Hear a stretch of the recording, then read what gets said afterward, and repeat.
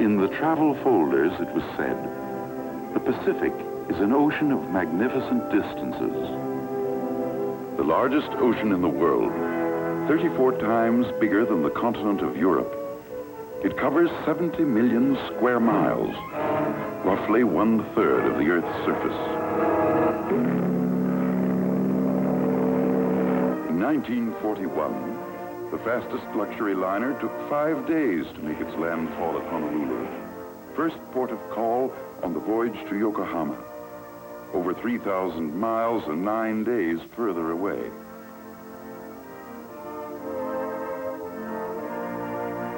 Of course, if you were in a great hurry, like Japan's special envoy, Saburo Kurosu, in December 1941, you could make the trip by air in 2 days, 13 hours, and 15 minutes.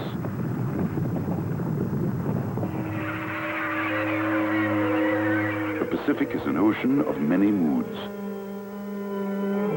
To the north, the Aleutian winds are icy and unpredictable. Here, it is said, weather is born. To the south, in equatorial heat, the sunsets are of unparalleled beauty. Here, rising from the blue shark-infested waters, lie jungles, dense and malarial. Volcanoes, like Krakatoa, which once exploded with a violence that shook the world. It is an ocean of islands with names once strange to Western ears. Tarawa, Saipan, Iwo Jima. Names now almost as familiar as Gettysburg, Trafalgar, Verdun.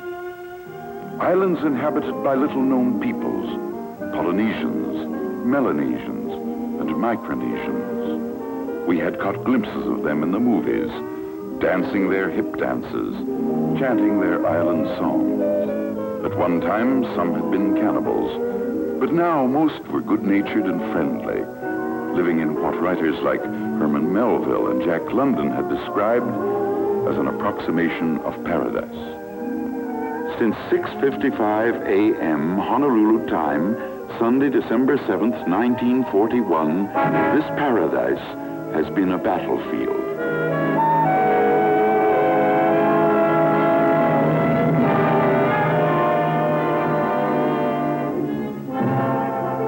The Pacific Ocean is the biggest, the strangest, the most complex battlefield in history.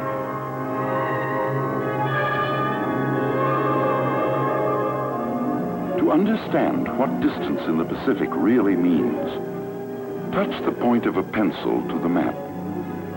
Under this tiny point may be arrayed all the ships of the United States Navy in battle formation. Yet these ships must be so disposed and so employed as to exert an influence and control over the whole Pacific area. Land war is familiar to the people of Europe and Asia. A massive war of tanks locked in battle, of men deploying, maneuvering along highways, canals, railroads, in city streets, in buildings of brick and stone.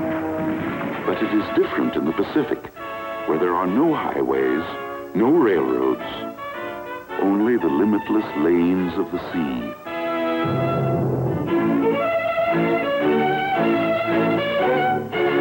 Along these lanes, stretching thousands of miles to bases on fighting fronts in every corner of the Pacific, the war must be carried to the enemy by ship, by what has been and will continue to be the greatest concentration of shipping in history. There is a special kind of ship for every mission. This is the battleship, known to the men of the fleet as the battle wagon, a floating fortress belted with armor plate, 16-inch guns 50 feet long, which can hurl their projectiles into a bullseye 20 miles away.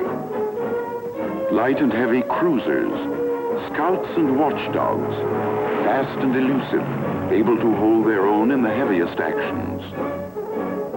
The destroyer, the tin can, a fragile steel shell crammed with horsepower, moving at express train speed to protect slower vessels with guns, torpedoes, and depth charges.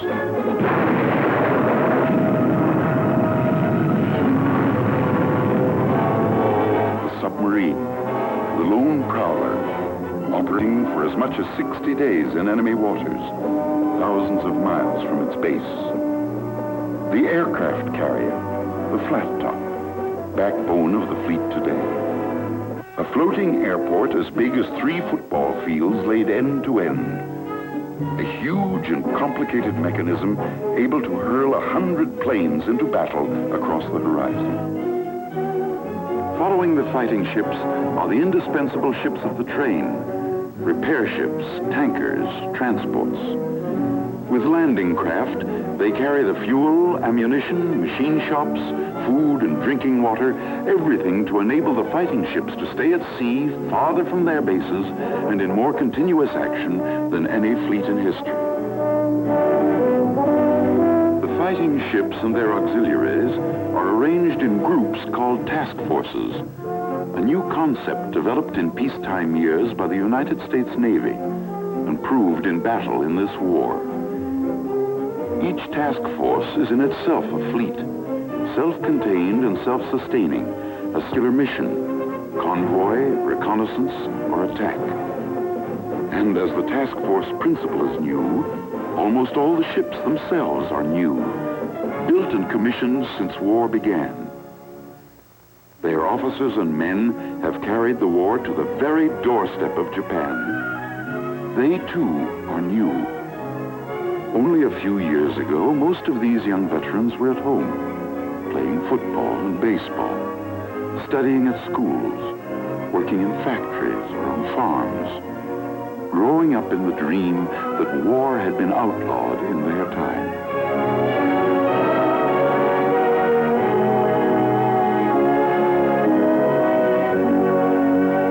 While they were growing up in the 20s and 30s, scores of American warships lay deserted and unmanned, gathering rust in quiet harbors.